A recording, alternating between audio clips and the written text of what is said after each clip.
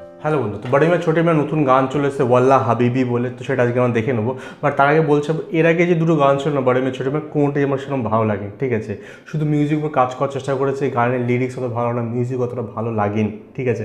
Last গানটাতে Naatu Naatu কিছুটা কম মানে রিপ of করার চেষ্টা করে, যেটা ভালো হয়নি। যাই হোক, কিন্তু মুভিটার ট্রেলারটা কিন্তু বেশ ভালো লেগেছিলো। ট্রেলারটা দেখে বলবো অ্যাকশন প্যাক একটা মুভিও চলেছে।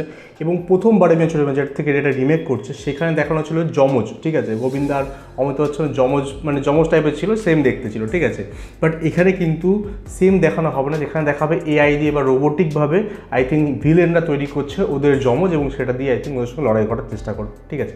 তো এরকম কিছু একটা কাহিনী চলেছে। তো নতুন গানটা এখন এসছে, গানটা আজকে আমরা দেখিনি, তার বিষয়ে কথা বলছি।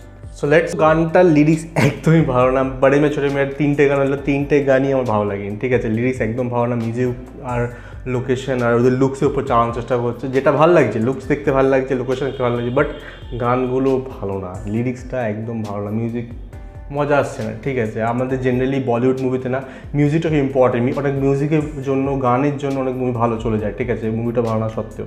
বাট আই হোপ করছি অ্যাটলিস্ট মুভিটা বেটার হবে, ঠিক আছে। এই গানগুলো থেকে অ্যাটলিস্ট মুভিটা বেটার হবে।